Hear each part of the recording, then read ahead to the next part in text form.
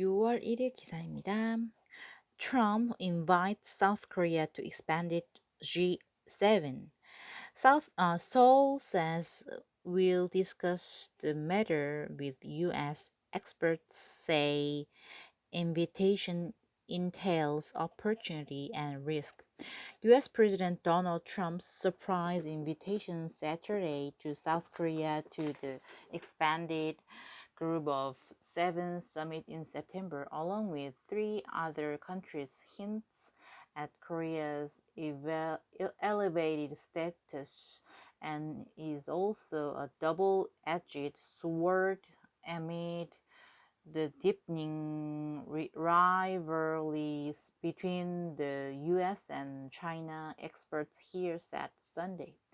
They called on Seoul to draw up a strategy so as not to risk upsetting its security alliance with Washington or economic ties to Beijing, because the summit could shift to a US-led anti-China coalition, calling G7 a very outdated group.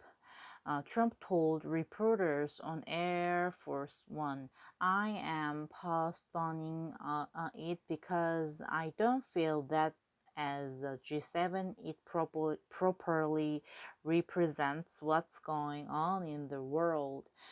Korea, Australia, India, and Russia would be invited to attend the summit, put off to September from late June. He added, since 1976, leaders from the US, Britain, Germany, France, Italy, Canada, and Japan have annually held a meeting to discuss global economic challenges. The government will consult with the U.S. on the matter, an official at Cheongwade said, noting it had not been informed of the Washington's decision in advance. With only a month left before the summit was scheduled to open, the dramatic pivot Trump announced many may embody his determination to reduce Chinese influence, and Korea should be prepared to make its interests heard at the expanded summit. Several experts contacted by the Korea Herald said the summit will go ahead whether we say yes or no, so the issue here is what we can do about it in light of our long-standing alliance with Washington and close trading ties to Beijing, said Choi Kang, vice president of the Asan Institute for Policy Studies, in a phone interview. I am more inclined to suggest we go there and be part of the new brigade to offset China's growing influence, a pressing concern for Korea now, Choi said, adding the countries at summit would be unlikely to wage an irredeemable confrontation against China as Trump might be hoping.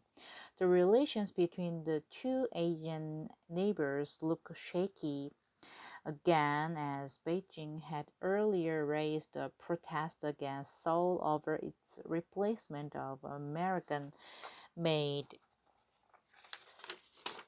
anti-missile batteries that Beijing claims to aim at its mainland.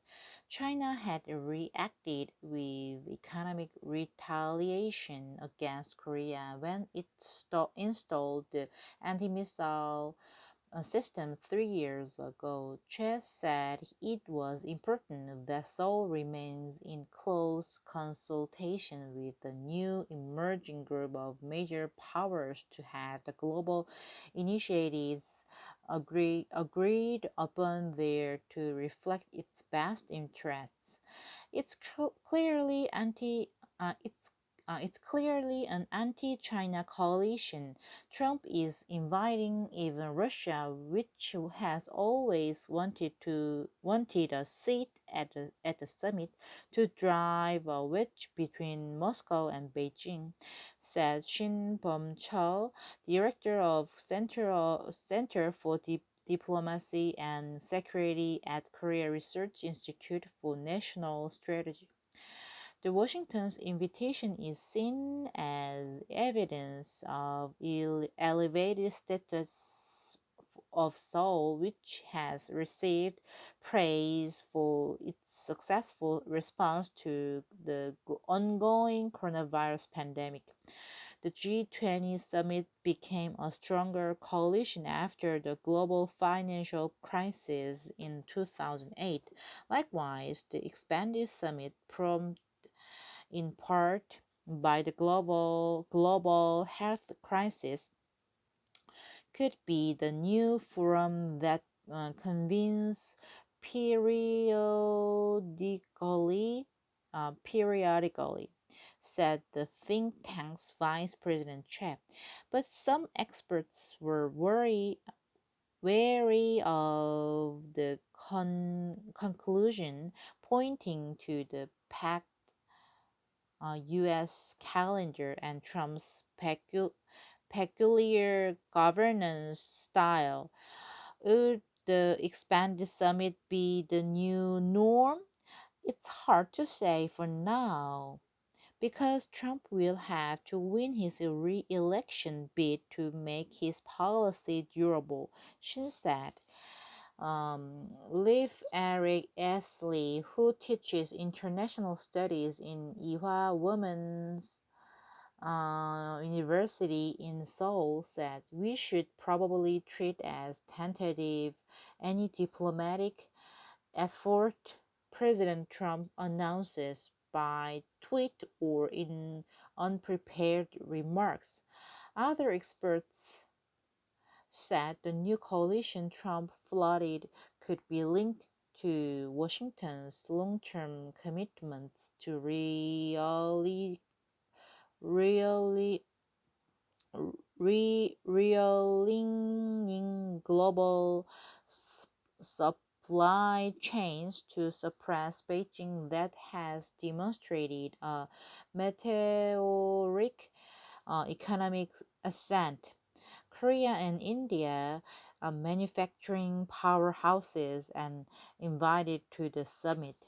Hwang Ji-hwan, an international relations professor at the University of Seoul, told the Korea Herald the G7, essentially a group of leaders in the global financial sector, would need someone from the manufacturing sector to more effectively counter China, Huang added, saying Seoul and New Delhi's turn to an anti-China drive would not be welcomed by Beijing, another manufacturing giant in rush to stretch its economic clout. Thank you.